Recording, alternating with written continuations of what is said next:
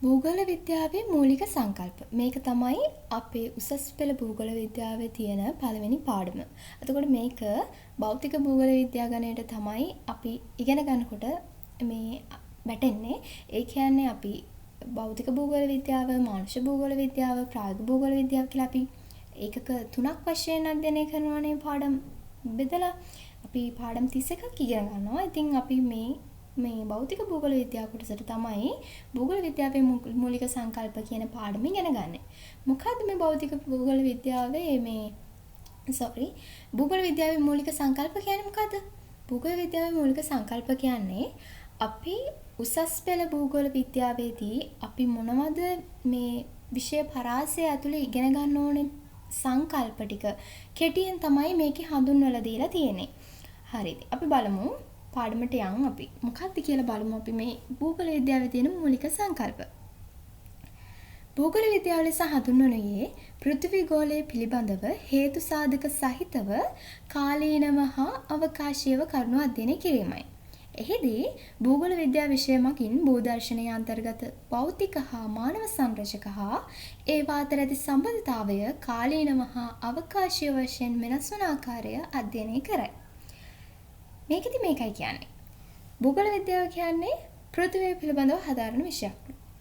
ඒ හදාරන්නේ මේ පෘථිවියේ වෙනස් වෙච්ච දේවල් තියෙනවනේ. ඒ කියන්නේ භෞතික වශයෙන් සහ මානුෂ වශයෙන්. ඒ කියන්නේ භෞතික වශයෙන් කියන්නේ ස්වභාවිකවම වෙනස් වෙච්ච දේවල් තියෙනවනේ. කාලීනව වෙන්න පුළුවන්. කාලෙන් කාලයට ඒ කියන්නේ දැන් අපි අතීතයේ තිබ්බ විදිහට නෙමෙයි භෞතික භූදර්ශනය දැන් තියෙන්නේ වර්තමානයේ නේද? ඒ වගේම තමයි මානුෂ භූගෝල විද්‍යාවේදී ඒ කියන්නේ අපි මිනිස්සු විසින් නිර්මාණය කරගත දේවල් අතීතයේ තිබ්බ විදිහ නෙවෙයි වර්තමානයේ තියෙන්නේ නේද? කාලීනව වෙනස් වෙලා සහ අවකාශීය වශයෙන් වෙනස් වෙලාලු. මොකද මේ අවකාශීය වශයෙන් වෙනස් වෙනවා කියන්නේ? අවකාශය කියන්නේ තනින් තැනට. ඒ කියන්නේ තනින් තැනටත් මේ භූගෝල විද්‍යාව වෙනස් වෙනවලු. භෞතික වශයෙන් කොහොමද අවකාශීය වෙනස් වෙන්නේ? හරි.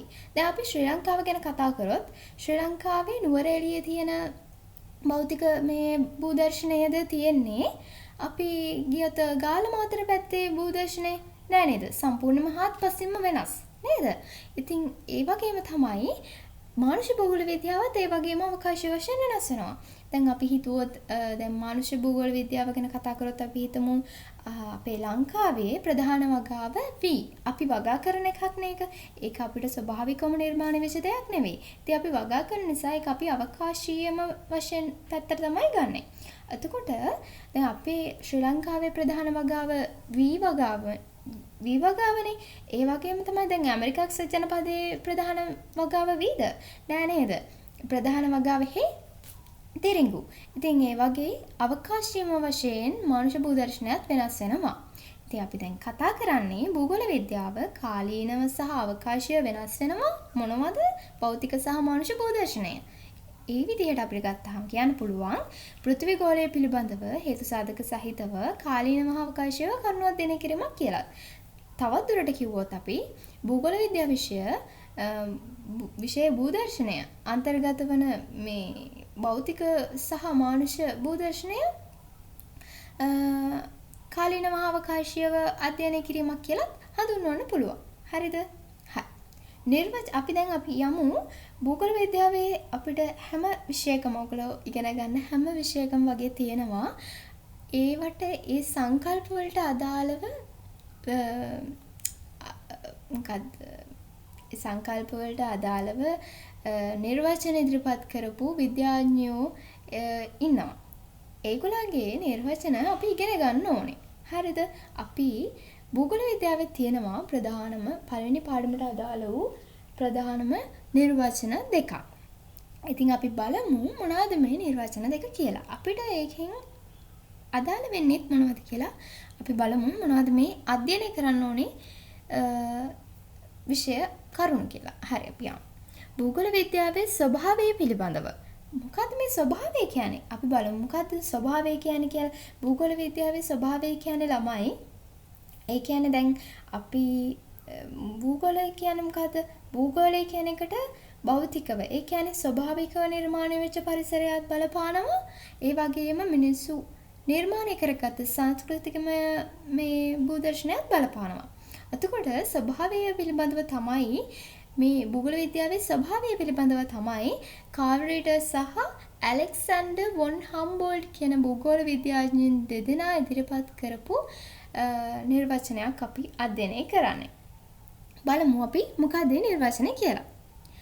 මිනිසා හා පරිසරය අතර සම්බන්ධතාවය පිළිබඳ අධ්‍යයනය භූගෝල විද්‍යාව කියලා හඳුන්වලා තියෙනවා මේ ඇලෙක්සැන්ඩර් වොන් හම්බෝල්ට් සහ කාල් රීඩර් කියන භූගෝල විද්‍යාඥයෝ දෙදෙනා. ඒ කියන්නේ මේගොල්ලෝ මොකද්ද මේ කියන්නේ? මිනිස්සුයි පරිසරයයි එක්ක තියෙන සම්බන්ධතාවය තියෙනවනේ.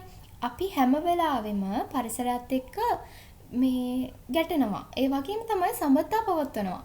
නේද? ඒ සම්බන්ධතා අපේ මිනිසුන්ට වාසි වෙන්නත් පුළුවන්, අවාසි වෙන්නත් පුළුවන්. කියන්නේ හිතකර වෙන්නත් පුළුවන්, අහිතකර වෙන්නත් පුළුවන්. මිනිස්සු පරිසරයට කරන විදිහට තමයි, මිනිස්සු පරිසරයට සලකන විදිහට තමයි පරිසරයත් මිනිසුන්ට සලකන්නේ. අන්න එහෙම එකක් තමයි අපි මේ භූගෝල විද්‍යාව කියන්නේ හරි ලස්සන විෂයක්. ඉතින් ඒකෙදී අපි ඉගෙන ගන්නේ අපි පරිසරයත් එක්ක අන්‍යෝන්‍ය සහයෝගීතාවයෙන් ජීවත් වෙන්නේ කොහොමද කියන එක. සහ අපේ වැඩ ලෝකයට කොහොමද අපි මේ දැන් අපි පරිසරයට අනුකූලව අපේ ජීවිතය හැඩගස්වාගෙන යන්නේ කියන එක. ඉතින් අපි මේ නිර්වචනයේදී කියන්නේ කාල් රීඩර් සහ ඇලෙක්සැන්ඩර් වොන් හම්බෝල්ට් කියන භූගෝල විද්‍යාඥයෝ දෙදෙනා භූගෝල විද්‍යාවේ ස්වභාවය ගැන මේ කියන්නේ. නිර්වචනය තමයි මිනිසා හා පරිසරය අතර සම්බන්ධතාවය පිළිබඳව අධ්‍යයනය කිරීමක්ලු භූගෝල විද්‍යාව කියන්නේ. එතකොට මේ නිර්වචනයේ අඩංගු වෙලා තියෙන මොනවද? පරිසරය මිනිසාට බලපාන්නේ කෙසේද? පරිසරය මිනිසාට බලපානවද නැද්ද? පරිසරය මිනිසාට බලපානවා.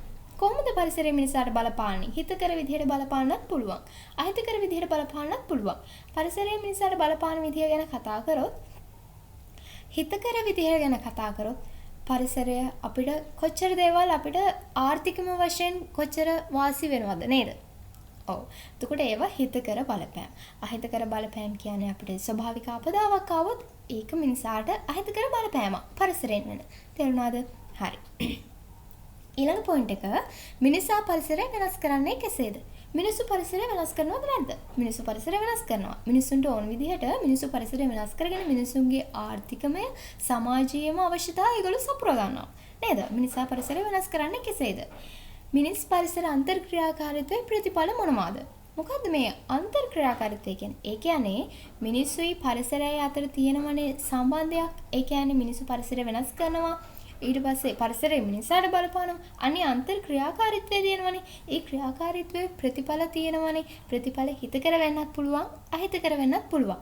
මිනිස් පරිසර අන්තර්ක්‍රියාකාරීත්වයේ ප්‍රතිඵල මොනවාද? අන්නේ පොයින්ට් තුන තමයි අපි මේ කාල් රීඩර් සහ ඇලෙක්සැන්ඩර් වොන් හම්බෝල්ට් කියන භූගෝල විද්‍යාඥයෝ දෙදෙනා ඉදිරිපත් කරපු මේ භූගෝල විද්‍යා නිර්වචනයේ අදහස් වෙන්නේ. හරිද? දැන් අපි බලමු නිර්වචන ගැන. අපි දැන් මේකෙදී ඊළඟ නිර්වචන ගැන කතා කරොත් ඊළඟ නිර්වචන ඉදිරිපත් කරන්නේ රිචඩ් හාඩ්ෂෝන් කියන භූගෝල විද්‍යාඥයා. ඉතින් රිචඩ් හාඩ්ෂෝන් කියනවා එයත් කියන්නේ භූගෝල විද්‍යාවේ ස්වභාවය කියන කෘතියෙන් තමයි එයත් ඉදිරිපත් කරන්නේ. අපි බලමු රිචඩ් හාඩ්ෂෝන් කියන භූගෝල විද්‍යාඥයා ඉදිරිපත් කරපු නිර්වචනය. පෘථිවියේ අවකාශීය විවිධත්වය අධ්‍යයනය කිරීම තමයි භූගෝල විද්‍යාව කියලා කියන්නේ. ඉතින් මේ රිචඩ් හාඩ්ෂෝන් කියන මේ භූගෝල විද්‍යාඥයා ඉදිරිපත් කරපු නිර්වචන පොඩි මම දන්නේ මට හිතන විදිහට පොඩි අඩුපාඩුකම් තියෙනවා වගේ හිතෙනවා. ඇයි දන්නවද? පෘථිවියේ අවකාශීය විවිධත්වය අධ්‍යයනය කිරීමක් විතරයිද භූගෝල විද්‍යාව කියන්නේ? නෑ නේද? පෘථිවියේ අවකාශීය විවිධත්වය හා කාලීන විවිධත්වය අධ්‍යයනය කිරීමක් තමයි නේද පෘථිවියේ මේ භූගෝල විද්‍යාව කියන්නේ. ඉතින් රිචඩ් හාඩ්ෂෝන් කියලා භූගෝල විද්‍යාඥයා කියලා තියෙන විදිහට පෘථිවියේ අවකාශීය විවිධත්වය අධ්‍යයනය කිරීමක් තමයි මේ භූගෝල විද්‍යාව කියලා හඳුන්වන්නේ. හරිද?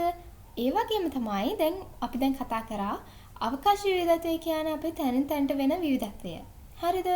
එතකොට මේ තැනින් තැනට වෙන විවිධත්වය මොන වගේ දේවල්ද මේ වෙනස් වෙන්නේ? පෘථිවියේ භෞතික සහ මානුෂ පරිසරය තමයි තැනින් තැනට ගතික වෙන්නේ. ගතික වෙනවා කියන්නේ වෙනස් වෙනවා. අද තියෙන විදිහට නෙමෙයි හෙට තියෙන්නේ. නේද? ඉතින් අපිට මේ විවිධත්වයන් මෙහෙමයි කෙටි කාලීනව අධ්‍යයනය කරන්න පුළුවන් විවිධත්වයන්ුත් තියෙනවා. සහ දීර්ඝ කාලීනව දකින්න පුළුවන් අධ්‍යයනය කරන්න පුළුවන් මේ විවිධත්වයනුත් අපිට භෞතික පරිසරය සහ මානුෂ පරිසරය තියෙනවා. හරි, දැන් ඔයගලන්ට මේකෙදී අනිවාර්යෙන් මතක තියාගන්න ඕනේ කරුණු දෙකයි. ඒ කියන්නේ ඕගොල්ලෝ මේක මේ නිර්වචන දෙක කටපාඩම් කරන්න යන්න එපා. ඕගොල්ලෝ මේ නිර්වචන දෙක පිළිබඳව පොඩි දල අදහසක් ගන්න. රිචඩ් හාඩ්සන් සහ ඇලෙක්සැන්ඩර් මේ වොන් හම්බෝල්ට් කාර්ලට ඒ තුන්දෙනා කොහොමද මොනවද මේ භූගෝල විද්‍යාව හඳුන්වලා තියෙන්නේ, කොහොමද හඳුන්වලා තියෙන්නේ? වගේම තමයි ඒගොල්ලෝ අර එයාලාගේ නිර්වචනයෙන් දෙන අර පැහැදිලි වෙන පොයින්ට් ටිකක් තියෙනවනේ. අනේ පොයින්ට් ටික මතක තියාගන්න. ඒක කටපාඩම් කරන්න යන්න එපා. නමුත් ඔයගොල්ලෝ මේක ඔළුවට දාගන්න ඕනේ. හරිද? මම ඇවිල්ලා විශ්වවිද්‍යාල ශිෂ්‍යාවක්. එතකොට දැන් මම හදන්නේ මම මේ ගේම ගොඩ දාගත්ත විදිහට ඔයගලන්ට උදව් කරන්න. හරිද? ඔයගොල්ලෝ ඉතින් මම මේ අමතර පන්ති කරගෙන යනවා. ඉතින් මම ඒකයි ළමයි කියන්නේ මට එච්චර වයසක් නැහැ. ඉතින් සමා වෙන්න ළමයි කියන හින්දා. ඉතින් ඔයගොල්ලෝ නංගිලා මල්ලිලා මට ඕනේ කොහොම හරි මම ආපු තැනට ඔයාලත් අනිවාර්යෙන් එනවා දකින්න. හරිද? ඉතින් කොහොම හරි මේ අපුසස් පෙළ විභාගය ඉහළින්ම සමත් වෙන්න පුළුවන් වෙලා ඔයාලට හැමෝටම සරසවි වරම් හිමි වෙන්න කියලා ප්‍රාර්ථනා කරනවා. ඉතින් අපි යන් ආයේ අපේ පාඩමට අපි පාඩමින් එහාට ගියා. හරිද? හරි. භූගෝල විද්‍යාවේ ස්වභාවය ගැන කියන කෘතියෙන් තමයි රිචඩ් හාඩ්සන් කියන භූගෝල විද්‍යාඥයා පෘථිවි අවකාශීය විවිධත්වය අධ්‍යයනය කිරීම භූගෝල විද්‍යාවයි කියලා හඳුන්වලා දුන්නේ. ඉතින් මේ නිර්වචනයෙන් මොනවද පැහැදිලි වෙන්නේ? අපි බලමු මොනවද පැහැදිලි වෙන්නේ කියලා. අවකාශීය විවිධත්වය ඔස්සේ මතුවන භූගෝලීය රටා මොනවාද? ඊළඟ පොයින්ට් එක එම රටා ඇතිවීමට බලපාන හේතු මොනවාද? ඒවා පෘථිවිය මතු පිට කෙසේ ව්‍යාප්තවත්ද? ඒවායින් ඇතිවන බලපෑම් මොනවාද? මෙන්න මේ පොයින්ට් හතර තමයි රිචඩ් හාඩ්සන් කියන භූගෝල විද්‍යාඥයා පෘථිවියේ අවකාශීය විවිධත්වය අධ්‍යයනය කිරීම භූගෝල විද්‍යාවයි කියන නිර්වචනයෙන් අපිට පැහැදිලි වෙන පොයින්ට් ටික. හරිද? හරි. අපි යන් ටියුට් එකේ ඉතුරු ටිකට.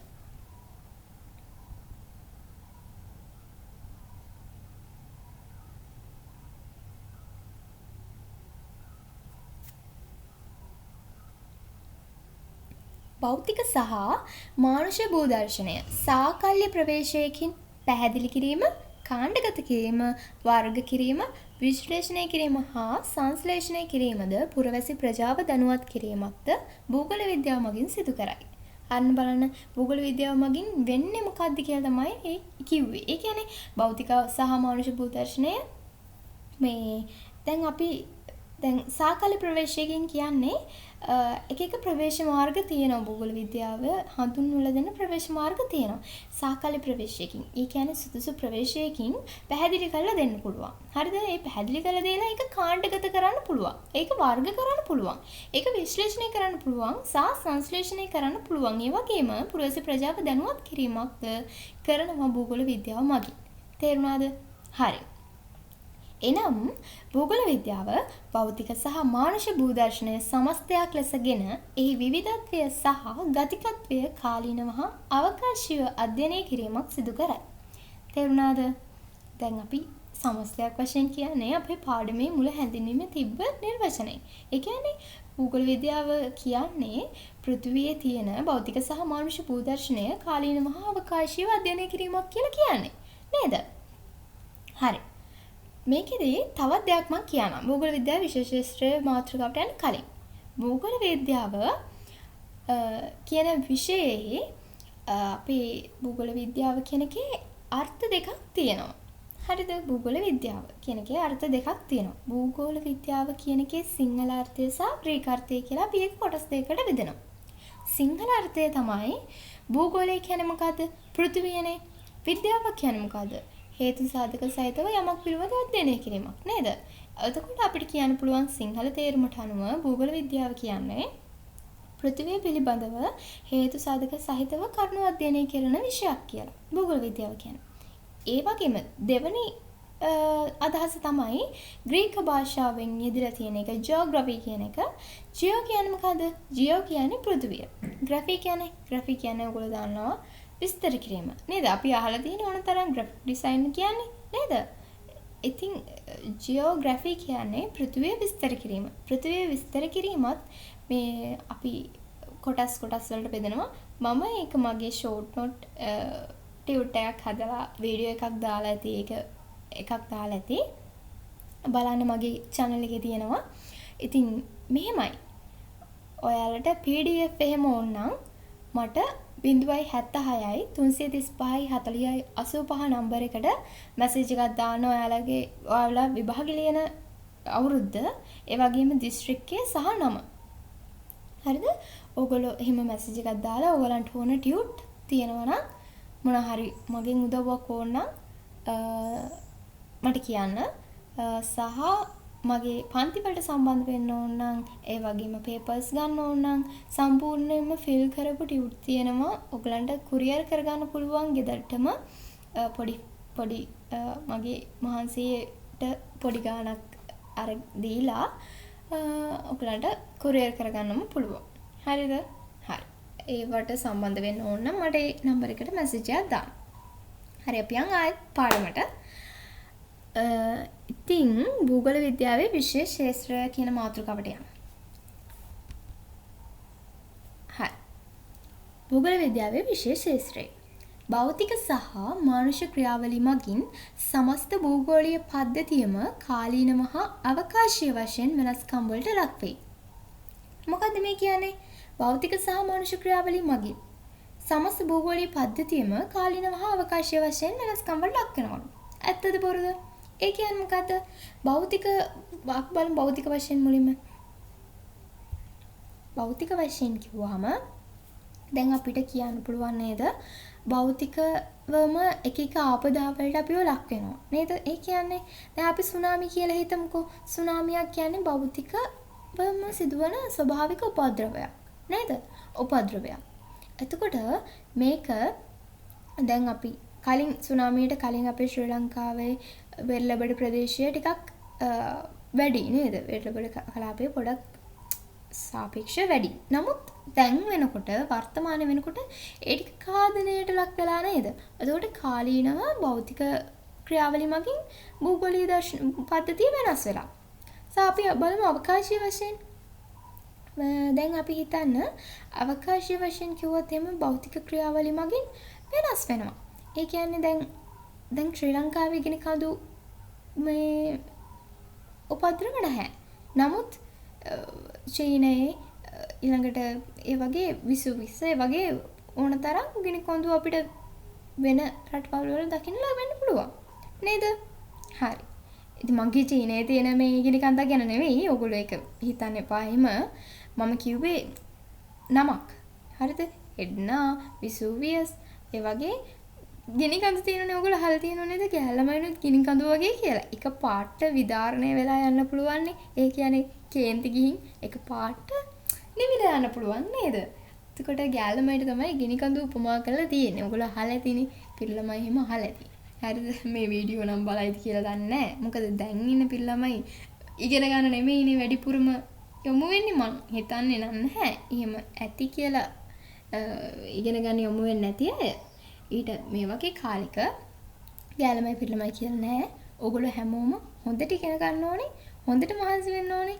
හොඳට විභාග ලියලා ඔයාලා ඉහළ සාමාර්ථයන් වලට යන්න ඕනේ. ගැලමයි පිරිළමයි කියලා ભેදයක් නැහැ. තේරුණාද? හරි. අපි අපේ පාඩමට බොහෝ විට භෞතික ක්‍රියාවලිය මගින් භෞතික භූදර්ශනයේ සෙමෙන් වෙනස් වීමකට ලක්වන අතර ඒ සඳහා නිදසුන් ලෙස කඳු වැටි, විභේද වැනි භූ ලක්ෂණ නිර්මාණය වීම පෙන්වා දිය හැක. නමුත් භූමිකම්පා, සුනාමි, ගිනි කඳු පුපුරා යාම වැනි භෞතික ක්‍රියාවලිය හේතු කොටගෙනද භෞතික පරිසරය ක්ෂණිකව වෙනස් වීමකට ලක් විය හැක. මෙලෙස භෞතික භූදර්ශනයේ වෙනස්කම් ඇතිවීමට අන්තර්ජන සහ බහිර්ජන ක්‍රියාවලින් බලපෑම් ඇතිවේ. ඔන්න අලුත් වචන දෙකක් අපිට මේ ඉගෙන ගන්න තියෙනවා. මොකක්ද මේ අන්තර්ජන සහ බහිර්ජන ක්‍රියාවලින් කියන්නේ? මොකද්ද?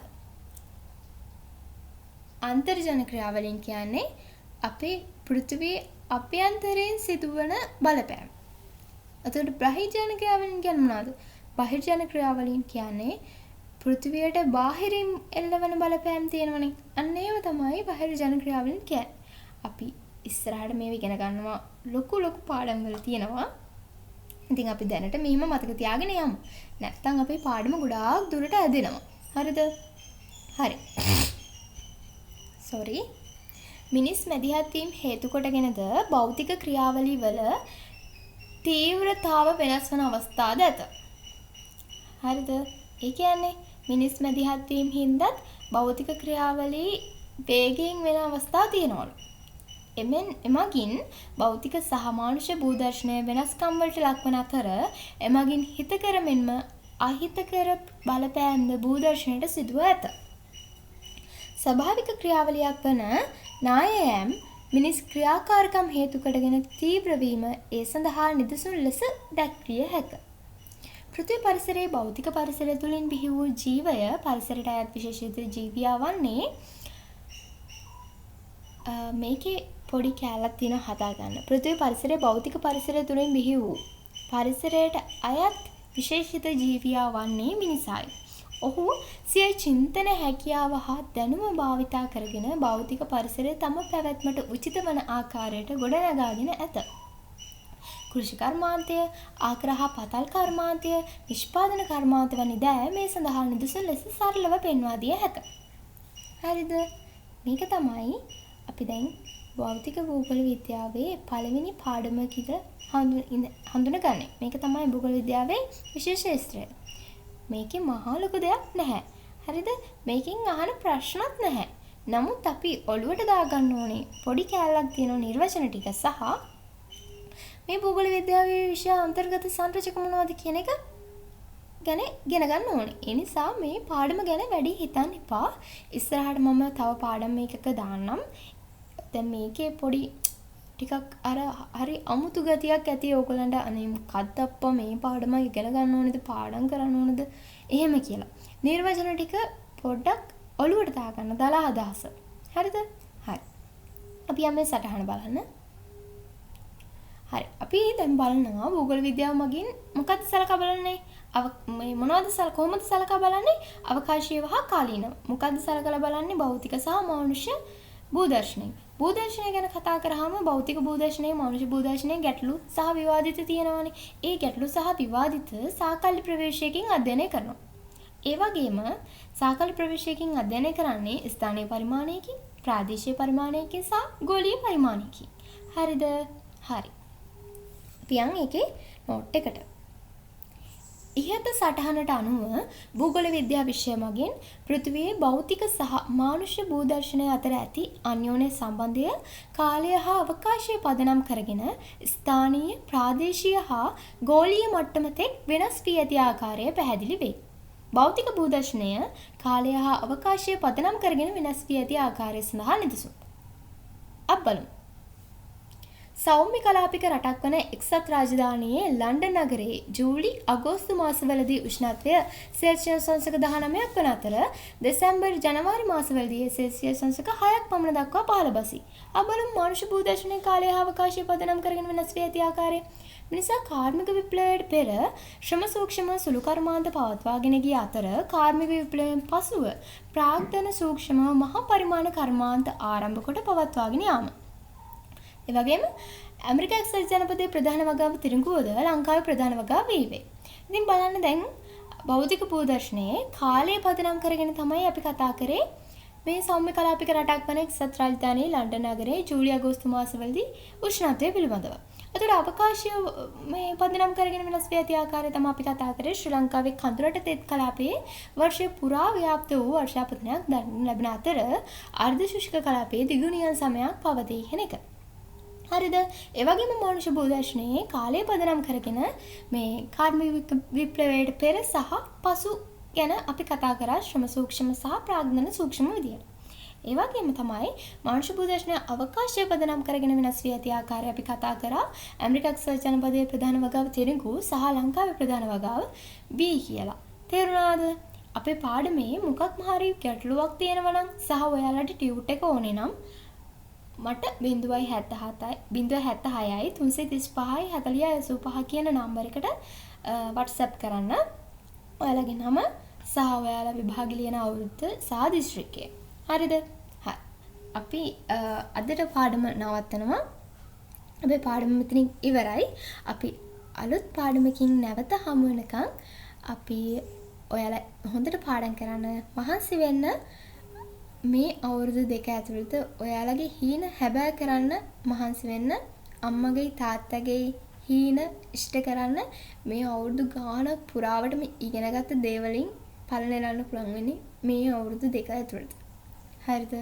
ඔයාලගේ මේ පැය 6 පේපර් එකෙන් තමයි ඔයාලගේ මුළු ජීවිතේම වෙනස් වෙන්නේ. තේරුණාද? ඒ අතරේ ඔයාලා මොනව කරාද කියලා හිතා ගන්න පුළුවන් වෙන්නේ ඔයාලගේ රිසල්ට් එක මත. තේරුණාද? හැමෝම වැඩ කරන්න බෑ කියලා, ඉගෙන ගන්න බෑ කියලා ළමෙක් නැහැ. එහෙම ළමයි ඉන්න විදිහක් නැහැ. තමන් මහන්සි වෙන විදිහට තමයි තමන්ට අස්වැන්න ලැබෙන්නේ.